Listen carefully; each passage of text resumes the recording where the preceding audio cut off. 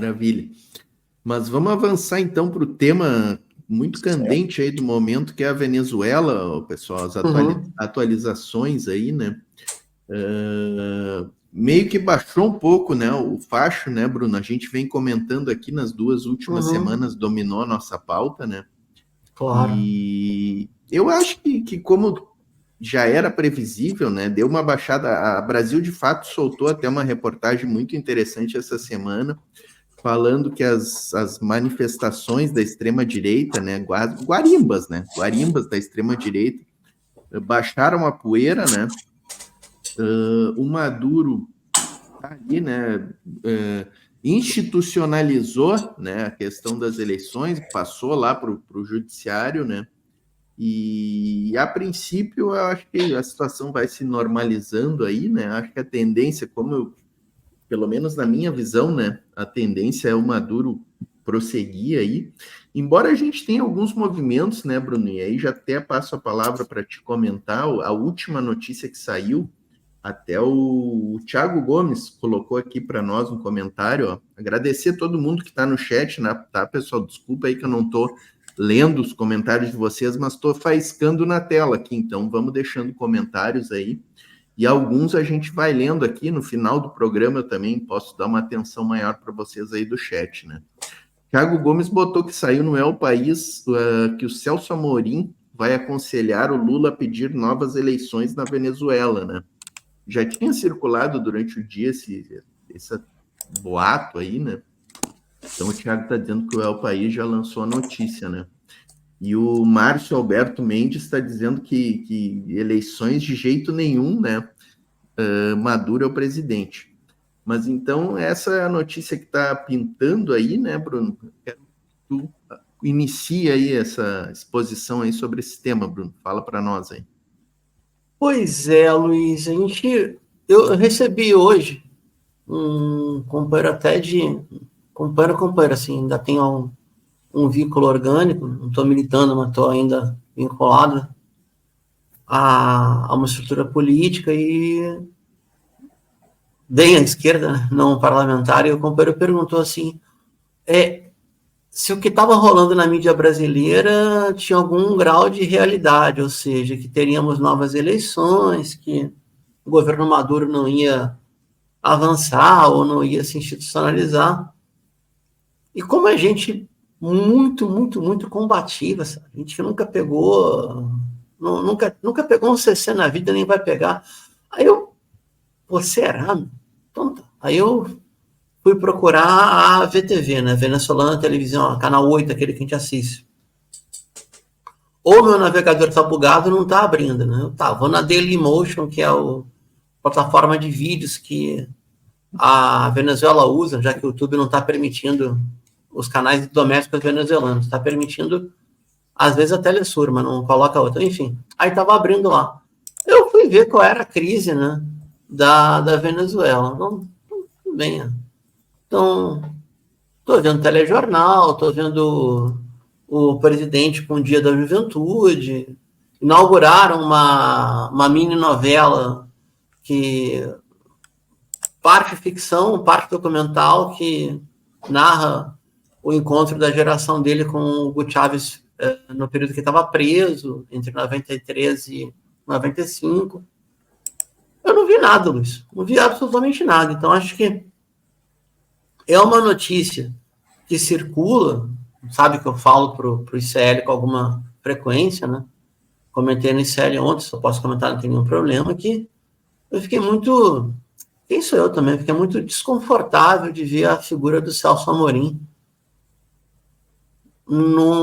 sendo sabatinado na Globo News e tentando colocar essa situação de intermediário entre o que seria o grupo de Puebla, que hoje estaria se materializando entre Brasil, Colômbia e México, e a União Europeia. Eu fiquei matutando, né? O que será que o Brasil quer com isso? Então, talvez seja a saia justa de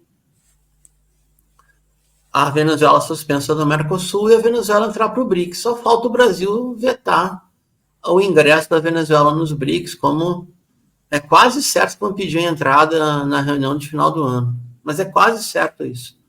Tomara que tenha uma etapa de transição, né, que não seja assim, de supetão. E eu falei, Luiz, na quinta passada, por mais de 1h20 ao vivo também, no outro programa, outro canal, e sim, é super, como fosse um canal partidário, né? E o companheiro do sindicalista setor elétrico de lá. O cara me falou com todas as letras, olha,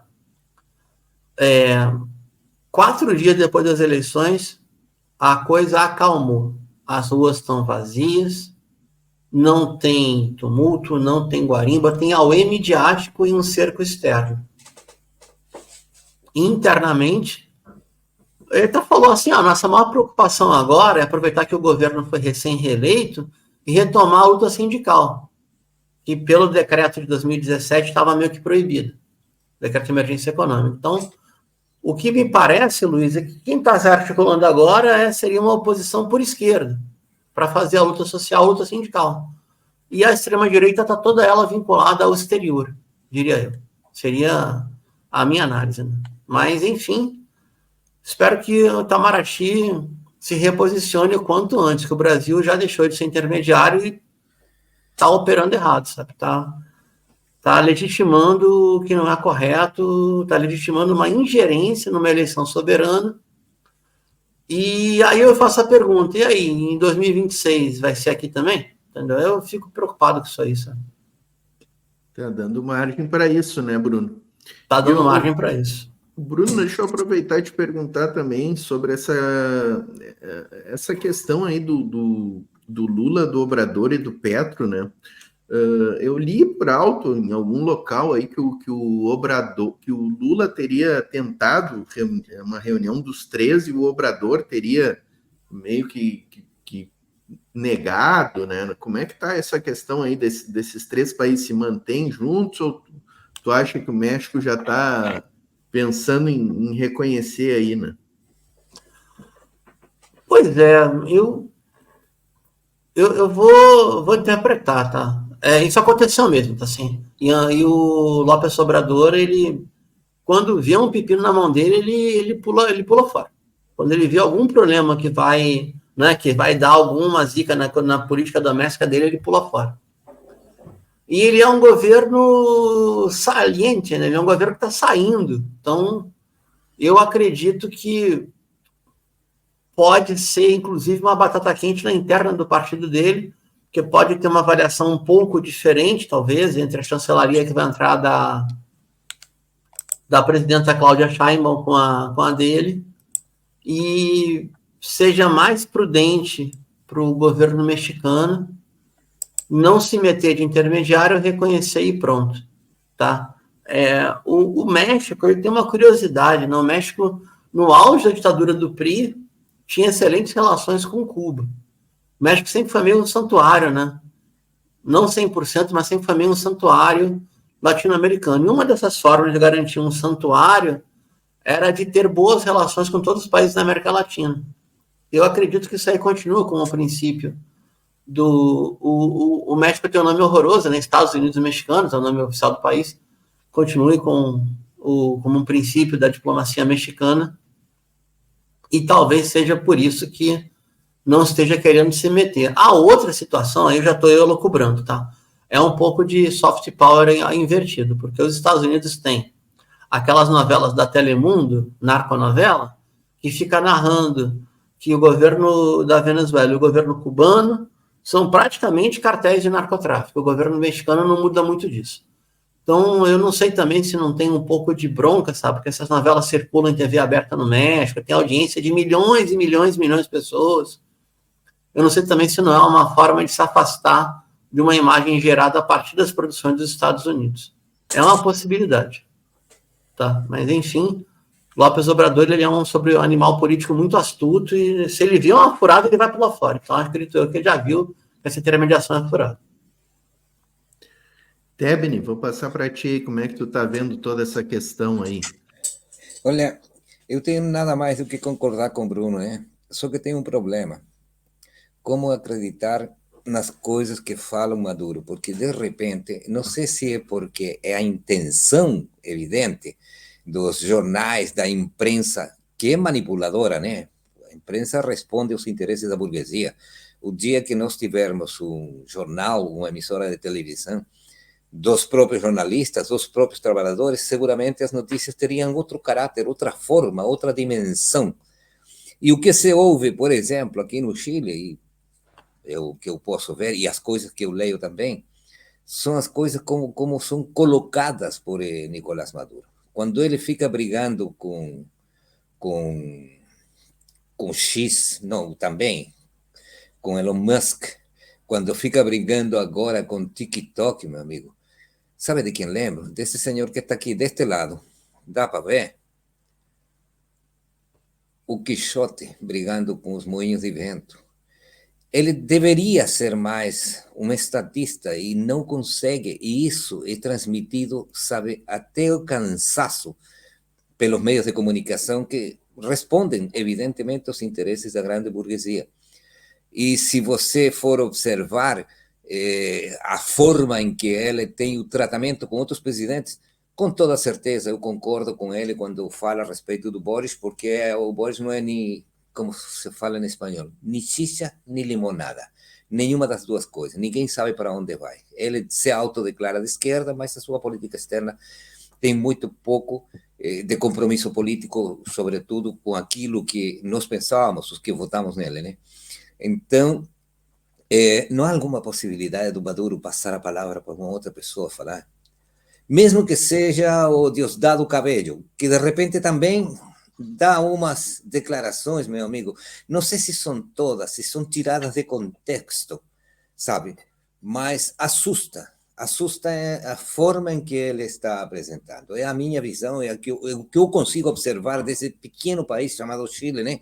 Que em termos de imprensa, o Victor falava na semana passada, nós não temos uma imprensa comprometida com a classe trabalhadora. Nós temos dois jornais. Aqui tem o duopólio, El Mercúrio e La Terceira. Eles dominam o país inteiro. Na televisão, você não tem uma emissora de televisão que faça um trabalho correto. Veja bem, nós atualmente estamos com um problema porque as empresas distribuidoras de eletricidade, que são principalmente espanholas, têm populações, 40, 50 mil pessoas, para um país como o Chile, isso é muita gente, sem eletricidade há 9 dias, meu amigo, 9 dias. Essas pessoas que são eletrodependentes, que precisam, sabe, para a sua sobrevivência, para poder continuar vivendo, de eletricidade não tem. O pessoal que tem um armazém de bairro, uma farmácia, que precisa ter elementos congelados, não tem. E o que faz a direita no Chile, através da imprensa? Só entrevista os prefeitos da direita. Os prefeitos da esquerda não são sequer mencionados, porque, evidentemente, vão ter outro discurso. A direita diz não mais Estado, e nisso, Bruno, e você sabe muito mais do que eu, não mais Estado, aqui tudo tem que ser privado. O Chile é o melhor exemplo de que essa é uma palhaçada. O Chile tem até o sistema previdenciário privatizado, meu amigo. O Chile tem o maior índice da América Latina de suicídios de adultos maiores porque as pessoas não conseguem comprar sequer um remédio para conseguir continuar vivendo. Então, para a direita, não mais Estado é a palavra de ordem, e quando se trata de multar as empresas privadas que detêm desde 1982, veja bem, na época da ditadura militar, eles detêm a distribuição da eletricidade, aí o Estado é importante. Não, porque o governo não tem feito nada, porque o Estado não tem feito nada, porque as autoridades não se mexem. Gente, esse é absolutamente ridículo. Não mais Estado às vezes, e sim mais Estado depois. Olha, vocês têm a sorte, mesmo que não seja aquela maravilha, de ter um sistema previdenciário que responda às necessidades da gente. Está no parlamento chileno há anos uma reforma na previdência social e não passa. Por quê? Porque a direita que compra consciência, porque dá presentes, porque compra o voto do trabalhador, daquele que ele explora, né? simplesmente vai no parlamento e vota contra qualquer tipo de previdência. Eu vou colocar um exemplo para terminar com essa história, porque me parece que é fundamental que no Brasil se saiba como é que funciona essa coisa aqui dentro. E que é um exemplo, um modelo, os peruanos já estão entrando nessa, os argentinos seguramente com Milei vão entrar rapidamente na mesma coisa. A minha mulher é economista, trabalhou o mesmo tempo que eu trabalhei, tinha o mesmo salário que eu tinha. Eu fiquei no sistema anterior à instalação das administradoras de fundos de pensão, que hoje tem 95% dos chilenos trabalhadores aí. Ela ganha 38% do que eu ganho. Olha só. E não tínhamos nenhuma diferença salarial de tempo de contribuição para o sistema. Eu, no sistema público, que permaneceu por aqueles que não acreditavam no sistema privado, e ela porque não pode, por lei, entrar no sistema anterior, o sistema público. Isso é o que na América Latina está querendo impor a burguesia. Não é mais do que isso. Tá? O Temer e o Paulo Guedes tentaram aqui no Brasil, né? Tentaram. Não vingou, mas eles tentaram, né? Eu, inclusive, eu era procurador federal, né? Trabalhei junto ao INSS durante toda a minha carreira aí. Inclusive, estava na ativa ainda na época, hoje já estou jubilado aí. Mas na época dos debates ali calorosos, né, da reforma da Previdência, a gente participou bastante ali. A Associação de Procuradores para a Democracia, a gente atuou bastante para tentar, pelo menos, tirar essa aí. Depois a reforma veio, passou aqui no Brasil também, prejudicou muito, né? Hoje está difícil de se aposentar aqui pelo Brasil, mas pelo menos o modelo de capitalização que vige aí no Chile não passou por aqui, né? Mas o Tebni tocou ali na questão do Maduro, né, enfrentando aí o TikTok, o WhatsApp, né, que ele comparou o Don Quixote, né. Nessa linha, o Bruno mandou uma notícia aqui para mim agora no chat, eu achei interessante da gente repercutir, né, que é o da Telesur, né, Bruno? Trazendo aqui, também está no Correio do Orinoco ali, que o Bruno me mandou, está na capa também do jornal ali, né, que a Assembleia Nacional da Venezuela, deixa eu ver se está dando para ler aí, né? Aprovou consulta pública sobre a lei contra o fascismo, o neofascismo em expressões similares, né? Tem uma foto ali da Assembleia, né? Nesta Assembleia aqui que o Guaidó se autoproclamou presidente, né? Foi daqui que ele partiu com a carreira dele de autoproclamado, né?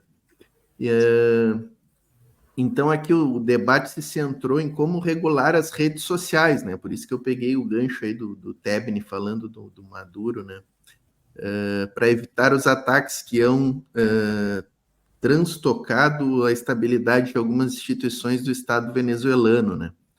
Desde o Palácio Federal Legislativo, a Assembleia aprovou nessa terça-feira, a partir de quarta, iniciará um processo de consulta pública sobre a lei contra o fascismo, neofascismo e expressões similares no país, com o propósito de condenar o cyberfascismo contra o povo e a criação de uma comissão nacional contra o fascismo, o ódio e a violência. Tá, então, um pouco é o que a gente gostaria que acontecesse aqui no Brasil de vez em quando, né, Bruno? E aconteceu ano passado, né? E acabou sendo deixado de lado, né? Aquela lei contra as fake news, né? E infelizmente foi deixado de lado, né? Então é complicado, né? A gente vê aí que os nossos vizinhos estão enfrentando um pouco melhor, né? Esse debate aí, né? Que eu acho que é um debate fundamental, né? Que é um debate fundamental e que infelizmente a gente não tem enfrentado, né, Bruno? Pois é, com todos os erros. Oi, Tebe, fica à vontade, depois eu falo. Não, eu queria lembrar apenas que na Alemanha você não podia fazer apologia do nazismo também, é a mesma coisa. E se estranham porque aqui queremos uma postura antifascista. Eu não consigo entender. Porque os mesmos que defendem essa questão, sabe, de não rememorar, de não lembrar, de não ressaltar a figura do Hitler e do nazismo, são os que se opõem àquilo que é feito na Venezuela. Eu não consigo entender. Desculpa, Bruno. Não, fica à vontade, que é isso. Não, eu queria só lembrar que, olha só que curioso, né? O PL das fake news no Brasil, ele foi derrubado, chegou nem a tramitar, né? Não chegou nem aí a circular em plenário, porque o lobby das igrejas neopentecostais estava preocupado com a criminalização do proselitismo religioso. Por quê? Porque é possível, até provável, que o Brasil incorporasse uma interpretação da Constituição canadense que coloca como crime inafiançável a pregação, por exemplo, misógina, homofóbica, como algum preceito bíblico religioso. Na Bíblia tem passagens terríveis, né? De escravidão, de misoginia. Eu acho que até de homofobia não tem, tá? Misoginia tem, escravidão também tem. Até trechos horrorosos que falam em dominar terceiro. Tem coisa lá que eu não tenho coragem de falar, não. Em público não tem. Então, a lei canadense, ela pode ser inspiradora para isso, né? De modo a proibir esse tipo de pregação como argumento religioso. E aí, pasmem, o Luiz falou que é procurador federal aposentado, não tem nenhum grau de provocação, tá? Só uma triste constatação. O cara que fez o lobby da bancada da Bíblia foi o Danoninho, Deltan Dallagnol, ainda como deputado federal, depois foi cassado, né? Foi ele que foi o operador do lobby da bancada dos fariseus. Sobre o TikTok, a média de aproveitamento de Javier Milei em campanha na Argentina, eu tenho um colega que tem uma pequena emissora no interior que Luiz Tebni, a média de aproveitamento dele ia de 1.200% a 1.800%, ou seja, lançava um vídeo no TikTok, fosse a assinatura dele própria ou de terceiros, e tinha um crescimento exponencial de mais de 1.200% na média. E, por exemplo, o Javier Milei, ele fez uma pregação em campanha que é crime constitucional na Argentina. E na Argentina, a Constituição não permite você modificar a moeda do país. Ele falou que ia dolarizar. Então, você pregou um crime federal em campanha. Mas aí vai a minha crítica, né? Fizeram um atentado contra a vice-presidenta Cristina Kirchner. O Ministério de Segurança Interna, que hoje está com a Patrícia Burrich, na época, foi uma verdadeira, como dizem em Buenos Aires, né? Pudim com doce de leite. Isso seria bunda mole em português, tá? Exato. Vocês têm uma ideia? O celular dos 4 suspeitos não foi resetado? Não perderam todas as mensagens? E o cara que financiou não era assessor da Patrícia Burrich? O camarada sumiu 3 meses e não aconteceu nada com ele? Ou seja, pensa só, eu não vou ser hipócrita, tá? Eu venho de classe média, mas já morei no Rio Grande durante alguns anos, em bairros bem periféricos, até para fazer trabalho, né? Só que eu não morei por opção, podendo não morar lá, mas morei durante mais de 10 anos. E a impressão que dá para, não a miséria, mas a pobreza no Rio Grande, era um pouco de entender, me ajuda aí, Luiz, se o governo pode ou não pode dar conta da segurança pública. Parece um tema reacionário, mas quem mora em casa térrea, em bairro que é bairro e é vila ao mesmo tempo, não quer ser chinelhado, né? Como diz no Estado, não quer que roubem seus pertences. Nenhum trabalhador quer ser roubado na parada de ônibus, quer ser chinelado. Eu tomei um susto que eu vinha do Rio de Janeiro, e no Rio já era proibido roubar em comunidade, né? No Rio Grande do Sul nunca foi. Enfim. Qual é o impacto que gera para o eleitor peronista quando ele vê o ministro da Segurança Interna deixar os 4 suspeitos de tentar matar a vice-presidenta do seu próprio partido com uma punição leve sem investigação? Está falando assim, é um bando de bunda mole, o cara não defende nem a líder política dele, vai me defender? Claro. E ao mesmo tempo o Milei jogando, fazendo campanha com uma nota de dólar em papelão, dizendo que a pessoa ia ganhar em dólar. Ia ganhar $1. Ia, né? Enfim, eu entendo perfeitamente bem, eu só espero, vamos lá, só espero que o governo Maduro não caia num canto de sereia autoritário e proíba a crítica por esquerda, que aí vai ser horrível, tá? Como fez com o Partido Comunista da Venezuela, que sofreu intervenção federal. o PCV venezuelano se comportou muito mal a apoiar a oposição, muito mal. Mas antes o governo se portou muito mal também de fazer intervenção judicial num partido que sempre foi aliado de Chávez desde o começo. É só essa observação aí. Assim como fez várias intervenções sindicais, ilegalizou sindicatos, só espero que, futebolizando uma coisa, outra coisa. Em relação à direita, ao TikTok, etc., tem de regular mesmo. Se o país tem a lei que não pode fazer pregação de extrema-direita, não pode, cara, não pode. Não pode. Você imagina? Juro que eu encerro com isso. Vamos falar, não com o Luiz da Voz, o companheiro o Luiz Procurador. Se um demente desses, cara, faz uma campanha no Brasil para revogar a Lei Áurea, vai deixar? Estamos quase chegando lá, Imbro. Pois se aprova, cara, e se aprova é guerra civil, correto? Imagina, revogar a Lei Áurea é guerra civil. Não dá ideia que a gente tem bastante deputado lá para propor um PL desse tipo aí. Já me falaram isso, sabia? Para não dar ideia que... Não dá essa ideia. Desculpa aí. Inclusive, eu estava vendo aqui a capa do Aporré, que tu me mandou, né, Bruno? Uma das notícias que está ali é essa do Partido Comunista aí da Venezuela, se manifesta de um ano do assalto judicial, entre aspas, está na notícia, né, que desporrou sua personalidade jurídica, né, que tirou sua personalidade jurídica. Agora, você sabe que uma das coisas que vai ficar para a história, né? O Maduro conseguiu fazer aquilo que a direita nunca conseguiu, dividir o Partido Comunista Chileno.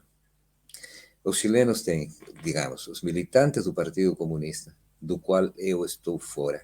E vou dizer aqui por quê. Eu era dirigente dos jornalistas, no Sindicato Nacional dos Jornalistas. Houve uma greve no jornal do Partido Comunista, chamado El Siglo, e eu, enquanto dirigente dos jornalistas, tinha a obrigação de defender os jornalistas. Não vou dizer se estava certo ou estava errado, mas se o cara não recebe salário, o cara não pode ir no hospital porque não tem previdência para a saúde, nem também para se aposentar, eu vou estar do lado dele, mesmo que seja um cara de direita extrema, sabe? O patrão não pode fazer isso. E o patrão que eles tinham, que era o jornal El Siglo, estava fazendo isso. Então, dito isso, eu entro naquela história de o que está se acontecendo. Até a presidenta da Câmara dos Deputados está numa postura absolutamente diferente da postura do presidente do Partido Comunista Chileno, que apoia, que reivindica, que fala que a eleição do Maduro é uma eleição legal e tal. E o Boris, junto com os ministros comunistas, entre eles a nossa porta-voz, que é uma beleza de mulher, a Camila Vallejo, estão do lado do Boris, e o Partido Comunista do outro lado. Não tão radicalmente oposto, mas isso significa que a direita, graças às eleições na Venezuela, está pedindo a saída dos comunistas do governo. E tem mais, tem alguns que até estão se atrevendo a proscrever o Partido Comunista, eliminar por lei, como se fez em 1948, quando um presidente que foi eleito com os votos comunistas ditou a chamada Lei de Defesa da Democracia, por ordens daqueles senhores que estão lá em cima, né? Ou estão lá embaixo, talvez nós estejamos em cima, né? Por ordem dos Estados Unidos. E querem que elimine o Partido Comunista por estar apoiando o Maduro. E o Partido Comunista, ao invés de ser monolítico, como sempre foi, hoje está dividido em dois. E essa é uma realidade que nenhum comunista quer reconhecer. Mas que quando se trata de discutir essas questões, eles simplesmente não vão ao debate, ficam quietos, falam uma entrevista por um lado, outros por outro. E isso do Partido Comunista na Venezuela, o Partido Comunista no Chile, tem se parecido muito. E isso está me preocupando.